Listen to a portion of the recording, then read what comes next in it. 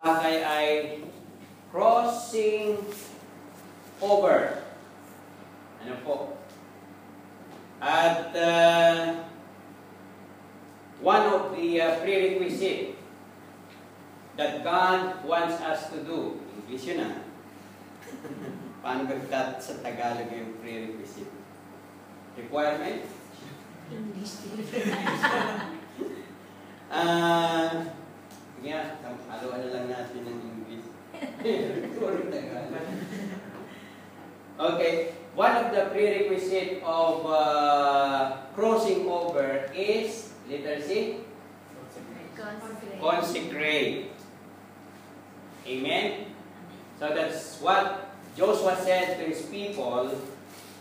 Okay, gate open. Get ready. Sapagkat consecrate yourselves, for tomorrow you will see the amazing things that God will do. Ano po? So, at nakapanood po dun sa consecration na yon ang tatlong S. Una, we need to separate from ourselves in our old past, old, probably old life, old practices, old nature, old sinful nature, lahat ng old. Ano? Kasi ayaw ng Panginoon ng old. Biro lang. Matanda na natin. Kasi pa ayaw ng Panginoon. So, yung lahat ng matatandang pa natin, kinagisnan. You know why? Kasi itong mga old Israelite, mayroon silang ugali.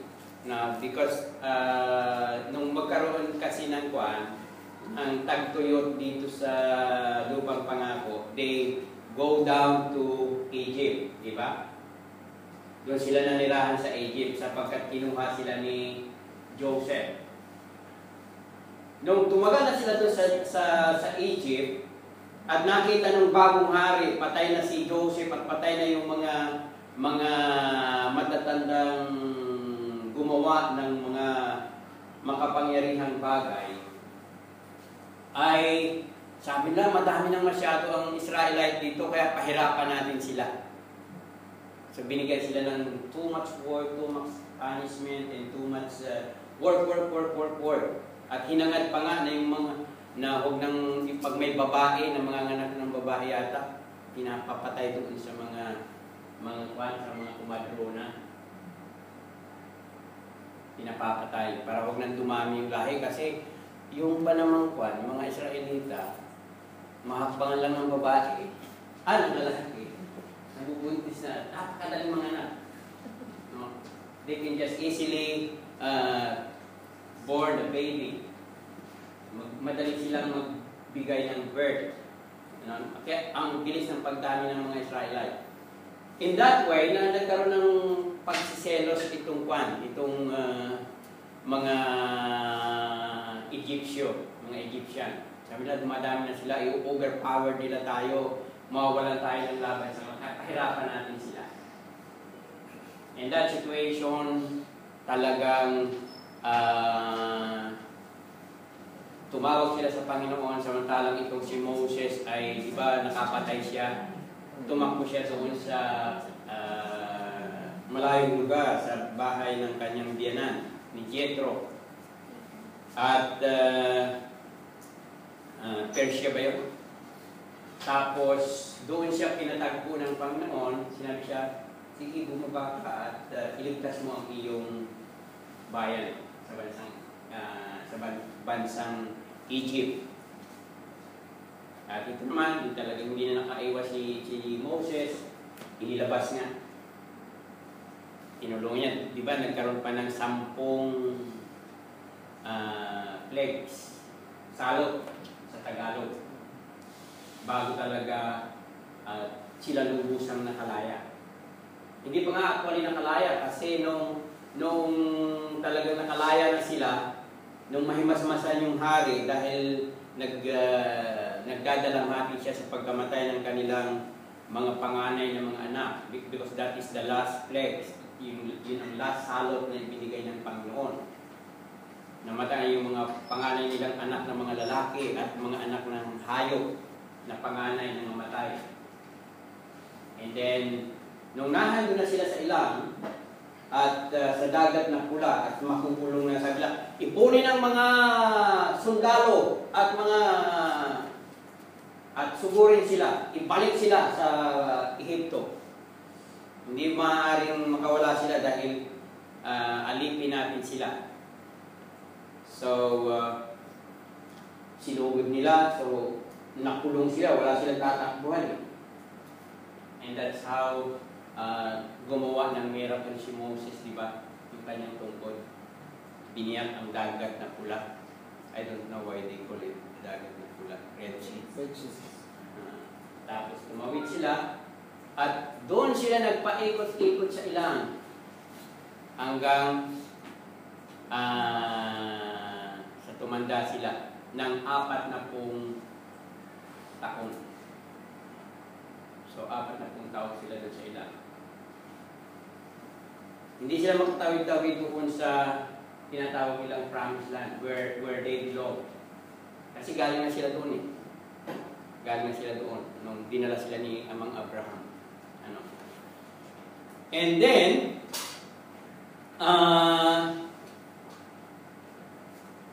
yung mga matatanda na yun, laging pag nagre-reklamo, yung isip nila laging naandun sa Egypt. Buti pa doon sa Egypt, kumakain kami ng 3 beses isang araw, may karne, may gulay, may lahat, may pangailangan tayo doon. Their mind is keep on looking back to Egypt. And they keep on complaining to Moses, dinala mo ba lang kami dito sa ilang para mamatay? Dinala mo lang ba kami dito sa ilang para mamatay? Keep on complaining. So, in that way, alam niyo yung matatanda na yun. Lalo na yung namuno ng paggawa ng Diyos-Diyosan si Moses ay nandoon sa Mount Sinai. No. Silang lahat ay nangamatay doon sa disyerto.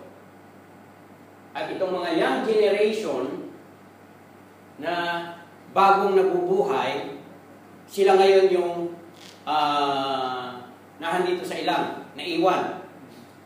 Kasi patay na yung mga mararaming pa, maraming mga matatanda doon na inililibing sa buhangin. No? Namatay sila doon. Kasi hindi pinapasok ng Panginoon sa lupang pangako eh. Kasi marami silang mga old thinking, looking back in their past. Kaya sabi ng Panginoon, kinakailangan para makonsecrate itong bagong henerasyon, kinakailangan muna ng tinatawag natin separation from their old simple mind, simple life, simple kinakailangan makonsecrate ito. Diba? Pangalawa, hindi lamang separation from old life, kundi they must be sanctified. Bakit? Kasi yung kasalanan, sin is a very powerful tool to separate the people from God.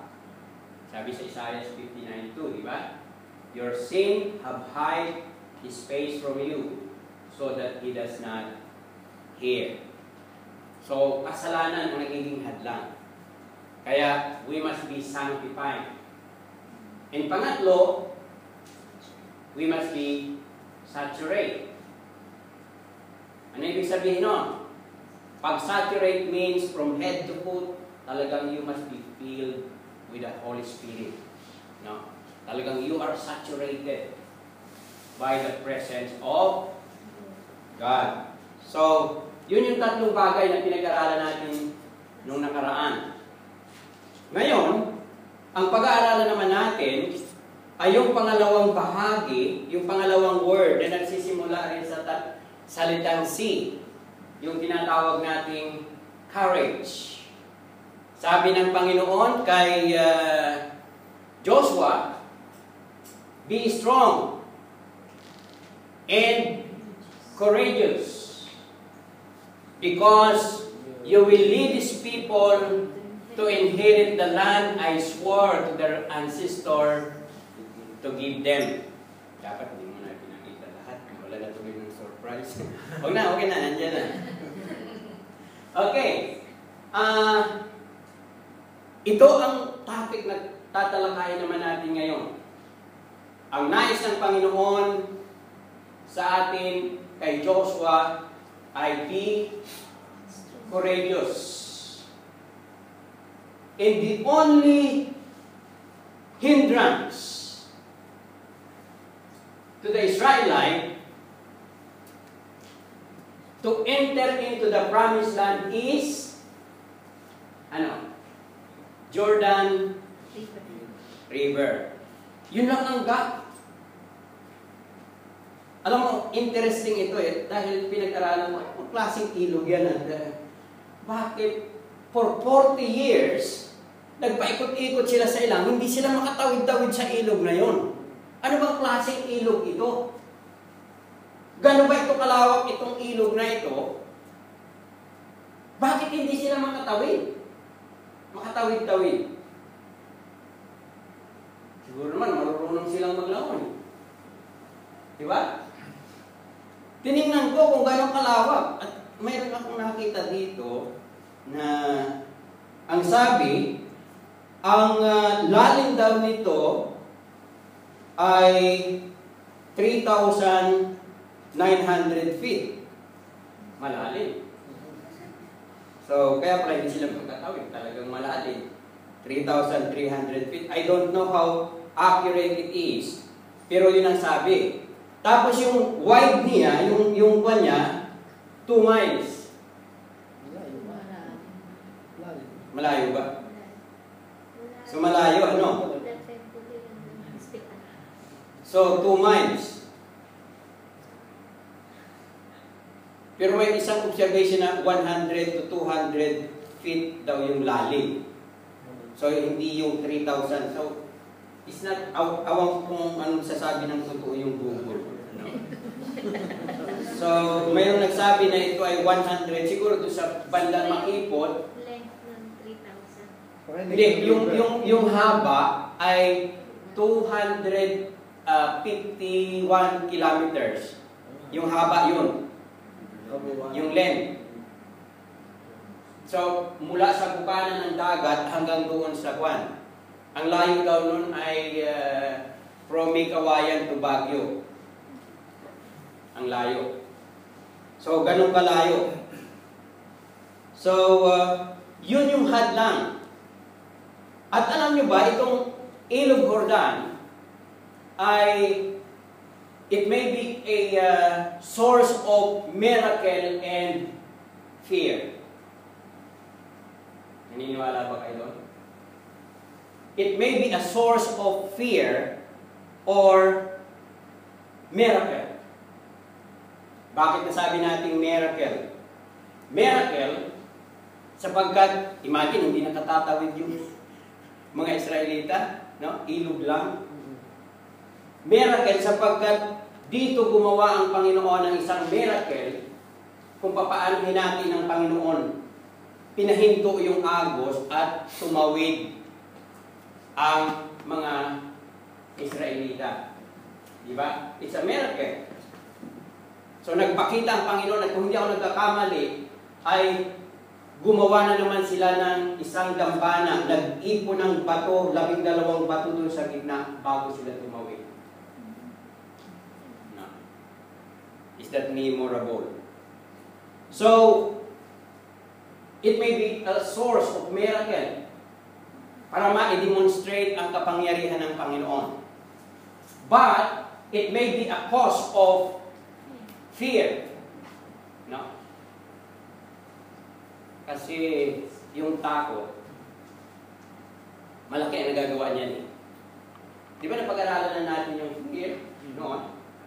What fear can do? Limits our abilities, di ba? Nililimitahan yung mga kakayanan natin. It limits our abilities. Di ba? Naranasan niyo na ba yung nakakita kayo ng as? Tumatalon kayo, pero hindi kayo nakakalisahan doon pa rin kayo sa pwesto ninyo. Yung iba nga, ipis lang, ipis. No? Sa takot, hindi na makaalis dun sa... So, ito ay nakaka-paralyze. That's what fear can do. No? Kaya huwag po natin entertainin ang fear. Pero, hindi rin naman po pwede na wala tayong fear. Yung nakalagay pa dito, no fear. Mga boxer, naniniwala ba kayo doon? No. Can we 100% eliminate that fear in our heart? I don't believe so. Why? Kasi kapag gamitin natin yung kaunting imagination natin, kapag nawala ang fear, you know what is going to happen? Kung wala akong fear, can you imagine kung anong magagawa ko? William, pumasok doon sa NatWest Bank, dire-diretso hanggang sa loob, huwag niyo akong pigilan, kukuha ko ng pera dito, kunin ko lahat yung pera dyan. No fear eh. Kahit tutukan ka ng baril dyan, gaganyanin mo lang yung baril. Kasi you have no fear. Can you imagine? Eh, wala kang takot eh. Kahit na lumalakad ka sa kalsada, hanapin mo yung truck eh. Sige lang eh. Sige eh. Wala akong fear. Di ba? Sinong taong walang fear? Sinong taong walang takot? Di ba lahat tayo natatakot? Lahat tayo mayroong fear. No? Kaya nga ang sabi dito, no? The courage was not the absence of fear, but the triumph over it. The brave man is not he who feel afraid, but he who conquer it. Yun lang ang mayroon tayo. Yung nakukontrol lang natin, naku-overcome natin yung fear. Amen? Yun lang ang mayroon tayo. Lahat ng tao, mayroong fear. It so happen, kaya nating kontrolin. Nasasabi natin na, as long as na wala akong ginagawang masama, I'm okay. Diba? Dati takot akong tumayo sa harapan ng mga tao. Dahil lagi akong curious, ano kaya ako, baka pagtawanan ako. No? Baka mali yung sasabihin ko. Pero when I became a Christian, binigyan ako ng Panginoon ng tapang. Sabi ko, as long as hindi ang sarili ko ang pinangangaral ko, as long as ang katotohanan ang pinapangaral ko, wala akong dapat itatakot. So, na-overcome lamang po yan. We can overcome fear. Amen? Tingnan niyo po yung puting. Binigla ni Tita Heidi. Hindi na tuloy surprise. Isipin po natin na tayo yung puting. No? Tayo yung puting na dumadaan sa harapan ng naglalakihang mga German Shepherd. Aso pusa pa naman, magkalaban yan, di ba? Magkalaban yan. Magkagalit yan. Kaya nga si Coco eh, pag nasa loob ng bahay, nakakita ng pusa, talagang nagwawala eh. No? Minsan hawak ko, lumabas kami, talagang nakalmot ako, talagang nagwawala. Gusto niyang habulin eh, yung pusa. Eh, how much more yan, oh? Napakaraming mga aso, ang lalaking aso, dumadaan sa harapan niya yung napakaliit na kuting. Let's say, tayo yung mga kuting, at dumadaan tayo sa harapan ng malalaking panganib na ito. Eh, isang kagat lang siya ng isa dyan eh. Siguradong tigog na yan eh. Diba? Amen to that.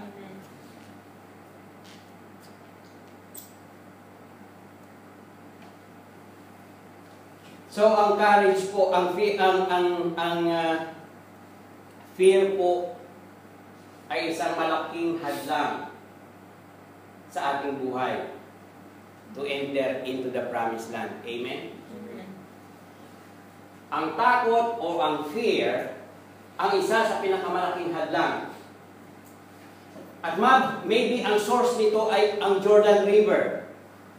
Mayroon pong Jordan River sa buhay natin kung bakit we were not able to enter into the promised land. Mayroong Jordan River na siyang humahadlang sa atin. No? Mayroong nagbibigay sa atin ng reasons to be fearful. Ano kaya yung mga bagay na yon? Ito kaya'y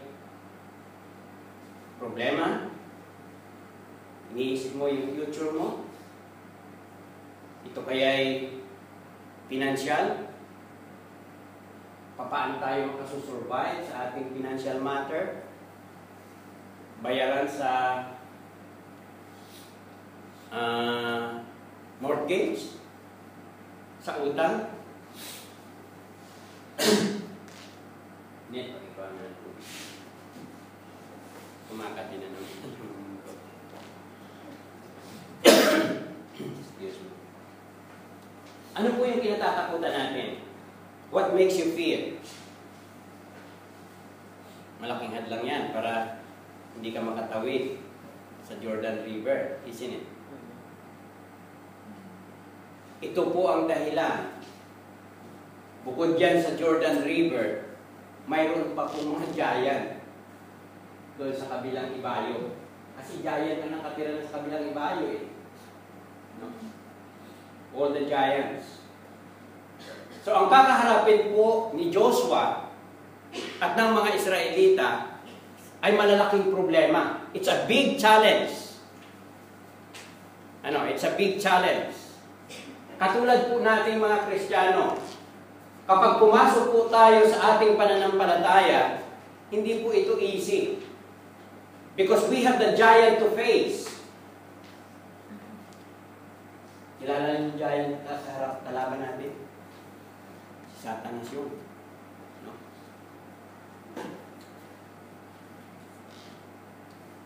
Salamat. So, hindi po madali ang pumasok to the promised land. It's not easy. No? At may mga source of fear na magiging pa natin. Now, ang malaking tanong po ay ito. Kinakailangan nating magkaroon ng courage. No? Kinakailangan nating magkaroon ng tapang. Sabihin mo sa katabi mo, tumapang ka! Tumapang ka! Tumapang ka! Huwag kang duwag! Na, kasi yung fear po talaga, malaking factor yan. It's a big factor na siyang hadlang sa ating pagtawid into the promised land. Kaya ang sabi ng Panginoon kay Joshua, be strong and courageous. Yan po ang second requirement that God wants us to establish in ourselves. But the question is, ano gagawin ko, Pastor?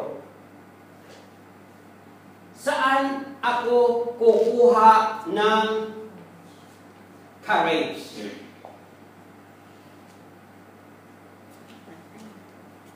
Where do we get courage? No? Saan ako kukuha? Diba? Saan kayo kukuha? Una, mayroon po itong apat. Lagay na pala ni Heidi. Unahan mo ako eh.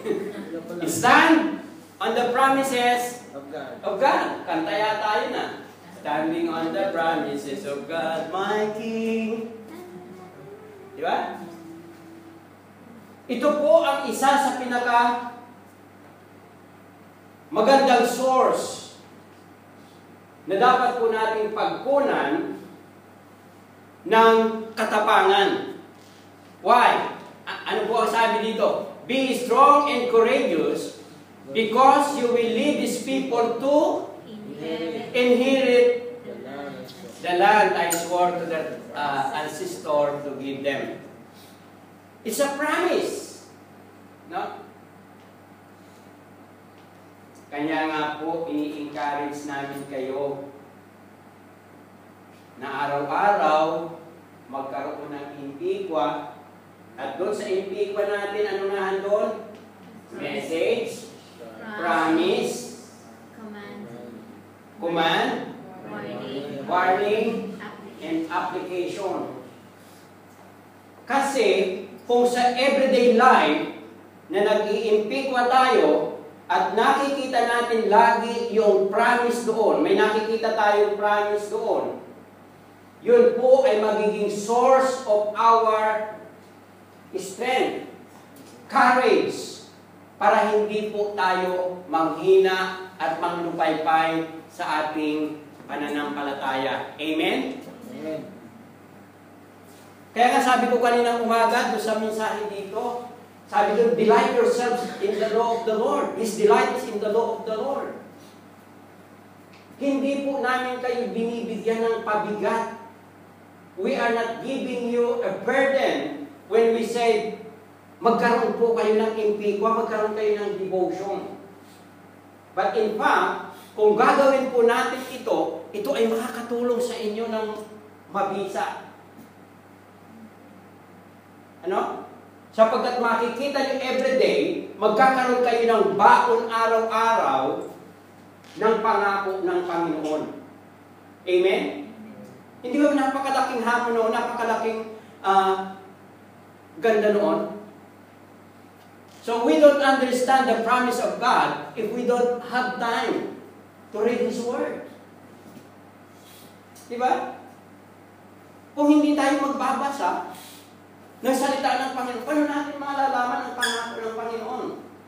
Halimbawa, ang sabi sa Bible, kung may problema kang pinansyal, ang sabi doon, but seek ye first the kingdom of God and His righteousness, in all these things shall be added unto you. Amen? Pero paano mo maunawaan yun kung hindi mo binabasa at hindi mo pinag-aaralan? Ang sabi doon, if you abide in me and my words abide in you, ask whatever you will, it shall be done to you. Diba? Ang sabi doon, if you lack wisdom, ask the Lord. Diba? Napakarami pa na mga pangako. Kung mayroon kang sakit, we have the healer, our God. Kanya nga po, malaking tulong. Kawawa kayo kung hindi kayo mag-ibig. But it is not a burden for you, but it is a help. No? Kaya ang pakiusap ko po, pakiusap at pakiusap. Huwag niyo pong isipin na ginibigyan namin kayo ng pabigat.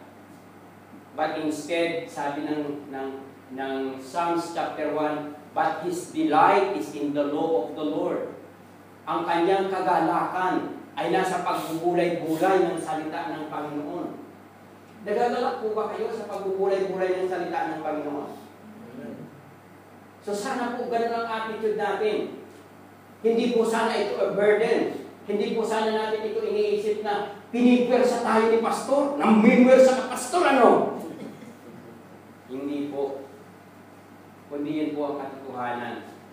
Nag-start na po ako at sinisika po namin na ma-maintain po namin yung aming impikwa. To be honest po, ayaw po magsinungaling. 2 days po na nakapat lang ako kasi ginagawa ko itong mensahe na ito. Hindi ko nagawa. Pero buhat po nung nag-start kami, nung sinabi ko sa inyo, mag-i-impake ko ako regular at i-take note ko yun, ginagawa ko po. Sapagkat ayaw kong mangaral sa inyo na hindi ko naman ginagawa.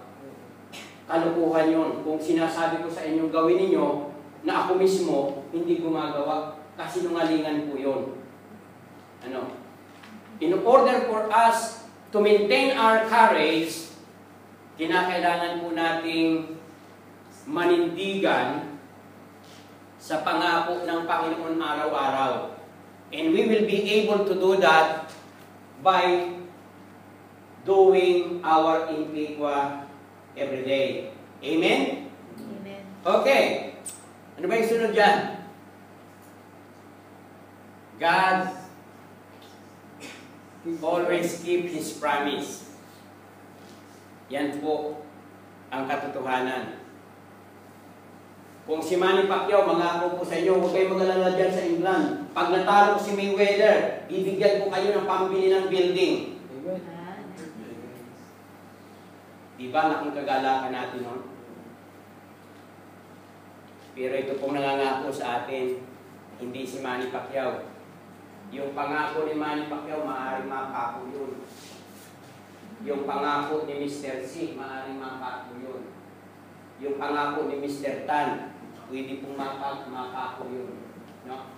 Ang dami na pong tao na nangako sa akin, pero nakako lahat. No? Pero kapag sa Panginoon po ang pinanghawakan po natin, ang pangako ng Panginoon, ang pinanghawakan po natin, God always keep His promise. Amen to that? Amen. Pag sinabi po ng Panginoon, tutuparin po ng Panginoon yan. Pangalawa, the source of our strength, stay in your position. No? Anong position? Ang sabi po dito, be strong and be courageous because you will lead these people to inherit the land. You will lead. You will be a leader. No? Sabi ng Panginoon, pinipili kita. I chose you. Joshua. I appointed you. No? Ikaw talaga. Wala nang iba. Ikaw ang napili ko na maglilid ng bansang Israel to inherit the land. Tayo pong mga Kristiyano ay pinili ng Panginoon. Hindi lang para i-enjoy yung ating buhay na walang hanggan. Tayo po ay pinili ng Panginoon para mag-lead ng tao. Una siguro yung mga mahal natin sa buhay. Amen? Una, higit sa lahat, yung mahal natin sa buhay. Pangalawa, yung malapit sa atin.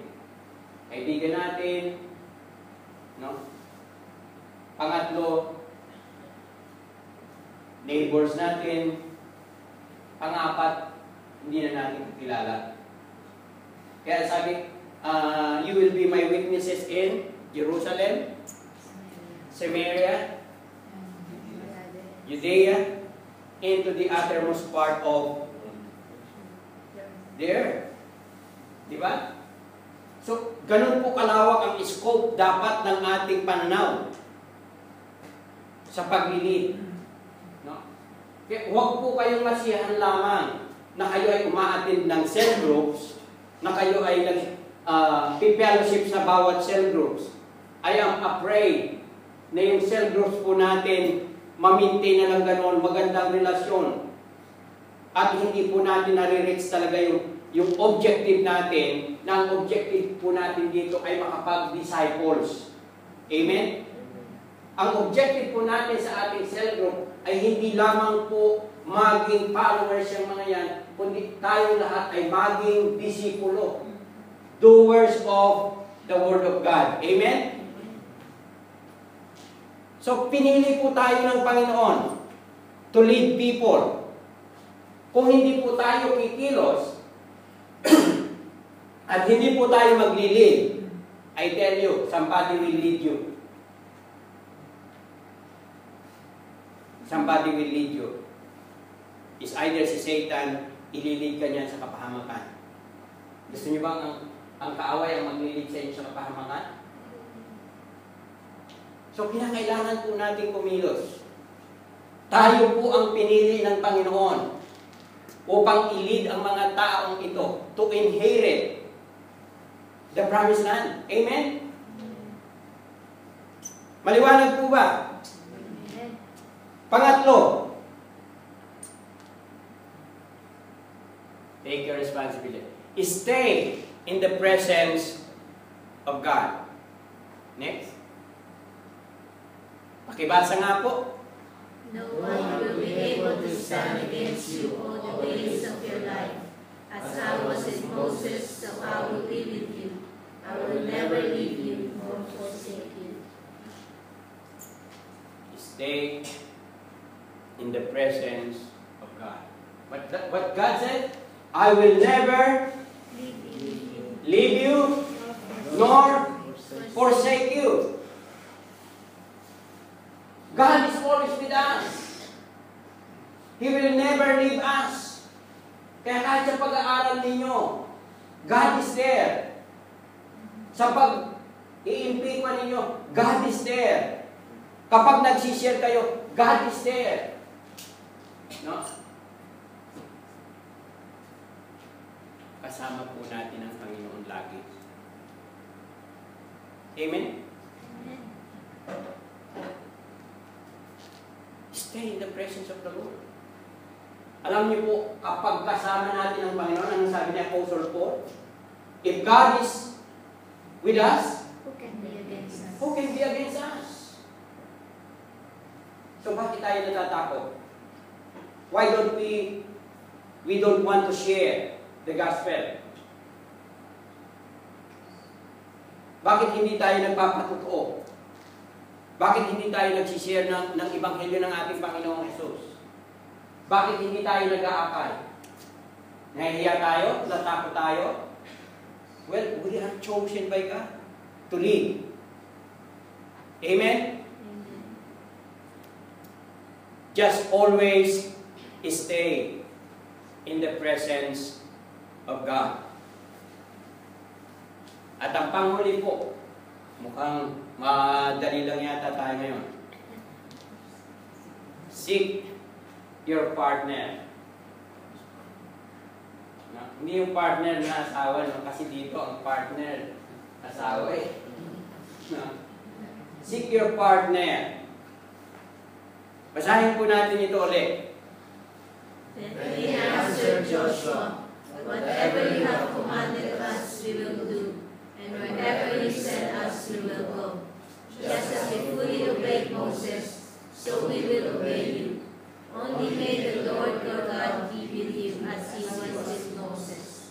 Whoever rebels against your word and does not obey it, whatever you may command them, will be put to death.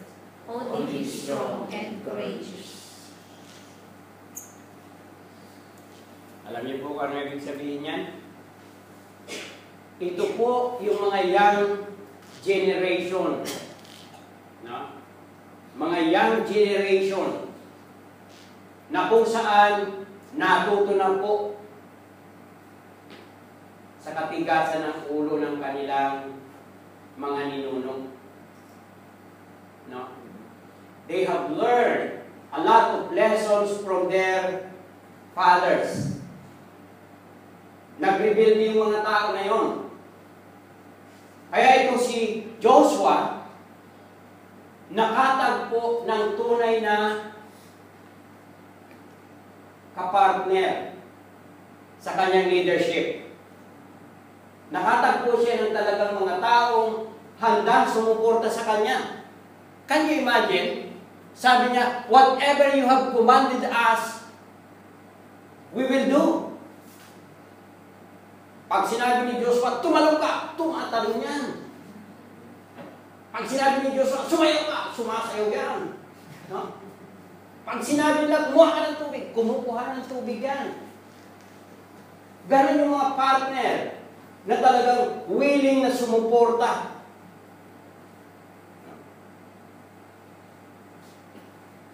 Kasi po napakahirap sa paglilingkod na yun pong mapipili mong kasama sa paglilingkod.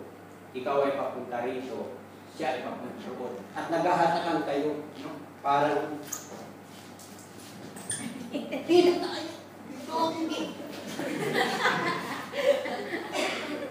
Napakahirap po nung ganoon. No? Kinakailangan po ang makakasama natin sa paglilingkod sa Panginoon, mayroon tayong isang mission. May isang kaisipan. No? Kaya nga sabi dito, as long as, ang sabi niya, we will do, and wherever you send us, we will go. Just as we fully obeyed Moses, we will obey you. Only may the Lord your God be with you as He was with Moses. Nakita niyo yung vision niya? As long as na talagang ang Panginoon ay sumasa iyo at hindi ka sumasalungat sa nais ng Panginoon, ang ginagawa natin lagi ay para sa Panginoon, iisa ang mission natin, puro paglilingkod sa Panginoon. Ang sabi niya, we will support you.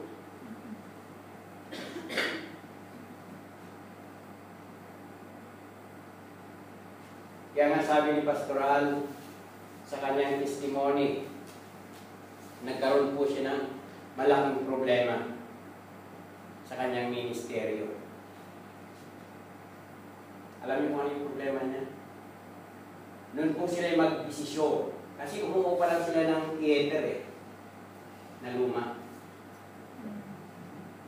Nung sila mag-desisyon na sabi, hindi naman tayo habang buhay na lang nakukupa. Kinakailangan natin bumili ng sarili nating lupa at kinakailangan magpatayo tayo sa sarili nating dream home. Tawag nila doon, dream home. Alam ko, yung inaasahan niyang mga malalapit sa kanya, mga businessman na talagang very close sa kanya, very supportive sa kanya, tumalikod sa kanya.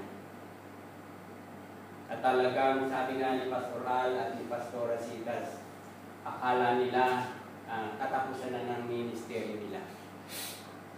Imagine yung pag-asa ng church ng mga businessman at mga na yung umalis ng church, ilang pamilya yung 6 na pamilya. It's a big congregation na, isn't it? Let's say, 5 pamilya, natigil 5, ilan na yun? 25. Kaagad yun. Eh, may malaking pamilya pa doon. At nag-aaya pa, sabi nga niya. Diba? Nag-i-influensya pa. Diba? Kaya mahirap maglingkod sa Panginoon. Kaya nga po sa akin, ang conviction ko ay ito. If they don't like me, they can go.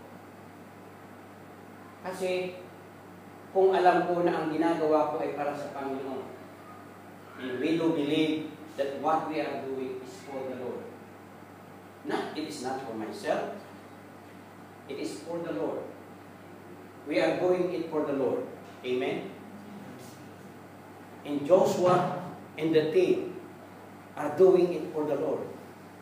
Only may the Lord God be with you.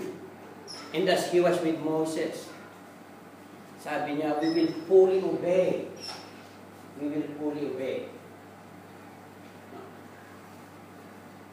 Sana po, mga kapatid, kung nakikita ninyo na talagang itong ginagawa po natin talaga ay gawain at ang itinataguyod natin dito ay para sa Panginoon, suportahan po natin. You can talk to me kung ang ginagawa po natin ay hindi na para sa Panginoon at titingnan po natin kung talagang hindi na sa Panginoon at maaaring makinig po ako sa inyo. Pero as long as what we are doing is for the Lord, sana po suportahan po natin ito. Sana po magkaisa po tayo dito. No? Well, in fact, maganda, mabigat po yung gagawin nitong mga ito. Sabi niya, whoever rebels against you, your word, and does not obey it, whatever you may command them, we will be put to death. Sabi niya kay Joshua, sabi niya, sige, kung sino yung magre-rebelde sa salita mo, pagtatanong ka namin, kami ang papatay doon. No? Kung may magre-rebelde ba sa akin, ang narinig niyo, papatayin pa? Hindi ko kayo mabigyan ng baril. Huwag naman, ano? Papatayin ko siya, Pastor. Sa pangalan ng Panginoon.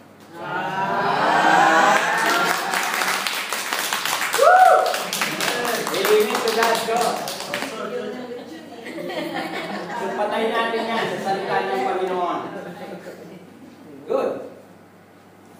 Sa madaling salita, patayin natin sa pangaral. No? And that's what we are doing now. Patayin natin sa pangaral yung mga salungat sa katotohanan. No? Magkaisa po tayo. Sana po mga kapatid, talagang ang hanapin po natin, totoo po na napakahirap kumana. Napakahirap hanapin yung mga taong talagang kaisa natin. No? Mahirap hanapin. Pero, kailangan po natin magtiyaga. Kailangan po natin, isa pa. Sabay-sabay nga po natin sabihin itong verse na ito, Philippians 4:13. I can do all things through Him who gives me strength. I can do all things through Him who gives me strength. Yan po ay i-transfer ko lang from the Bible in NIV. So mga kapatid, gusto po ba natin i-maintain yung ating strength, yung courage, yung tapang? Ito pong apat na ito ang kailangan po natin. Kung alam mo na ikaw ay talagang nananatiling naninindigan sa pangako ng Panginoon, wow! Alam natin ang nangako sa atin ay King of Kings and Lord of Lords. Wala tayong dapat ikatakot. Amen? Amen. Kung alam po natin na ang tumawag sa atin, sa ating mga posisyon, ay ang Panginoon, wala po tayong dapat ikatakot. Amen? Amen. Kung tayo po ay nananatili sa presensya ng Panginoon, I wish that we will be able to maintain, because it is God who promised us that I will never leave you nor forsake you. Yan po ay pangako ng Panginoon. Panghawakan po natin yan. Panghawakan po natin. At mga kapatid, wow, I tell you, kapag kayo po ay back up ng mga kapatiran, pag tayo po talaga ay nagkakaisa sa katotohanan, ano ho, yan po ay isang napakalaking source of encouragement, source of courage. Sabi nga po, kung tayo nagkakaisa, mas malakas, di po ba? Sayang po, nalimutan ko po yung aking stick. Ano? Pero gagawin na lang po natin siguro sa susunod. Ano po? Pero ito pong apat na ito, napakahalaga po nito. Dito po si Joshua humuhugot ng kalakasan. Dito po si Joshua humuhugot ng tapang. Ano ho? Marami po tayong kakaharapin sa ating patuloy na paglilingkod sa Panginoon. I tell you, hindi po natutulog ang kaaway. The enemy is alive, busy, working. Akala niyo po dito sa England, hindi niyo nakikita ang demonstration ng kaaway. But the fact that the people here has no God, and they don't like to listen to the Word of God, yan po ay isang katunayan lamang na ang kaaway po natin dito is sleeping giant. Natutulog lamang po. No?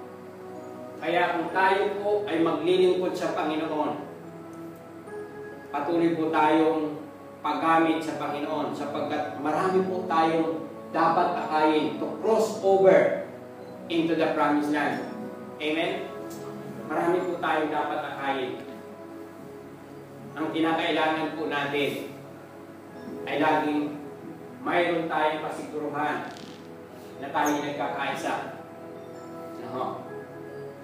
Na tayo ay kasama ng Diyos. Kaya kailangan po natin laging isuko ang ating mga sarili sa Panginoon. At masasabi natin yung sinasabi ni Apostle Paul, I can do all things through Christ who strengthens me. I can do all things through Christ who strengthens me. Tayo po'y yumukod at tayo po'y manalangin. Dakilang naming Ama, kami po'y nagpupuri, nagpapasalamat sa inyo ngayong hapon, O Diyos. Sapagkat naunawaan po namin, Panginoon. Yes, Lord, mayroon pong gap, mayroon pong obstacle upang lumipat sa promised land. And one of the enemy in the promised land, Father God, is the giant. Mga higanti, Panginoon. Pero alam po namin, Panginoon, hindi po kami dapat matakot. Sapagkat kasama ka po namin, O Diyos. You have promised us that you will never leave us nor forsake us. Panginoon, napakarami po pong pangako sa iyong banal na salita. Napakarami po pong pangako, Panginoon, na amin pong pinangahawakan ngayong hapon, O God. Lord, kung mayroon po kaming pagkukulang, nais po namin gumulo. Nais po namin isuko sa inyo ang aming mga sarili. Nais po namin humingi ng tawad, Panginoon. And Lord, we ask that cleanse us by the blood of Jesus. Panginoon, hugasan mo po kami ng iyong banal na dugo. And make us worthy, Father God. Make us worthy to be the vessels of the Holy Spirit, Panginoon. Lord, ipadama mo po, Panginoon, sa amin. Kasama ka po namin, Panginoon. Ipadama mo po, Panginoon, sa bawat isa sa amin na kami po'y nagkakaisa. And we will continue to cooperate serving you, O God. Papagamit kami sa inyo, Panginoon. We would like to surrender ourselves to you. Nais po namin isuko sa inyo ang aming mga buhay. Sapagkat gusto po namin, Panginoon, makapag-akay ng maraming pong mga tao upang makatawid sa ilog Jordan, upang makapasok sa lupang pangako, upang tunay na magkaroon ng kasiyahan at kagalakan ng bawat tao, Panginoon. Lord, I pray, O God, kayo po, Panginoon, ang mag-bless ng inyong salita sa aming mga puso. Kayo po, Panginoon, ang magbigay sa amin ng challenge. Panginoon, kayo po ang magbigay sa amin ng courage. Alisin mo po, Panginoon, ang fear sa amin pong mga buhay. Palitan mo po, Panginoon, ng tapang. Palitan mo po, Panginoon, ng kalakasan ng loob. Upang magampanan po namin, Panginoon, ang aming mga tungkulin na makapag-akay, makapag-share, makapagbahagi ng inyong salita. Upang marami pa po kaming maakay sa inyong Panginoon. Lord, ano man po ang nagiging hadlang in the name of Jesus. In the name of Jesus. Amin po winawasak in the name of Jesus right now. Sa pangalan ni Jesus. Tinatalian po namin ang lahat ng mga gawa ng kaawan upang hindi po sila makahadlang sa amin pong misyon ng paglilingkod. Lord, we give you the glory, Lord. Idinadalangin po namin, Panginoon, ang pananagumpay. Idinadalangin po namin ang tagumpay ng pag-aaral ng kaluluwa. Lord, I do commit each and every one into your hand, Father God. Sapagkat alam po namin, Panginoon, na sa inyo po kami ay magtatagumpay. Sabi mo po, Panginoon, sa iyong salita, if you are with us, who will be against us, Father God? Panginoon, kasama ka po namin. Kasama ka po namin, Panginoon, at kami maglilingkod sa iyo. Lord, continue to anoint us with your Holy Spirit. Cover us, Father, with your blood. And use us in the name of Jesus. Use us in the name of Jesus. Lord, kayo po magbigay sa amin ng kalakasan, Panginoon. Lord, kayo po magbigay sa amin ng karunungan. Lord, kayo po, Panginoon, magbigay sa amin ng pag-ibig. Kayo po, Panginoon, magbigay sa amin ng burden. Kayo po, Panginoon, magbigay sa amin ng kalakasan ng loob. Lord, we give you the glory. We give you the glory, O God. We give you the glory. Panginoon, salamat po. Sapagkat alam po namin, Panginoon, kasama ka namin ngayong hapon. Kasama ka namin ngayong hapon, Panginoon. At sa iyo po namin ipinagkakatiwala ang bawat isa sa amin, Panginoon. Lord, gawin mo po mabunga ang aming po mga buhay. Gawin mo po mabunga ang aming mga buhay, Panginoon, as you have said in your word, Father God, that whatever we do will prosper, Panginoon. Panginoon, sapagkat gagawin po namin ito para sa inyo. Lord, let each and every one of us be filled with the Holy Spirit right now. In Jesus' name, in the mighty name of Jesus. Lord, maranasan po namin ang kapayapaan by the power of the Holy Spirit, O God. Kapayapaan, enjoy, Panginoon. Lord, release your blessing right now to each and every one of us. Release your blessing right now. In Jesus' name, in the mighty name of Jesus. In the name of Jesus, I pray. In the name of Jesus, I pray. In Jesus' name. Amen. Amen. Amen.